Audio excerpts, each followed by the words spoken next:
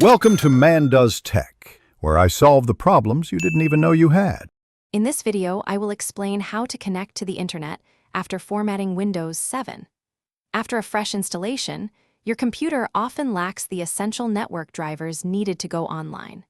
This means both your wired and wireless connections will not work. You will need access to another computer or device with an active internet connection to download these crucial driver files. First, use a separate computer with internet access to visit your PC manufacturer's support website. Find and download the specific network drivers for your computer model. Save these files onto a USB flash drive. Then, insert the USB drive into your formatted computer. Open Device Manager, find your network adapter, right-click, and choose to update the driver, pointing to the files on your USB drive. Once your network drivers are installed, connecting is straightforward. For a wired connection, simply plug an Ethernet cable from your router into your computer's network port. For wireless, click the network icon in the system tray, usually found in the bottom right corner.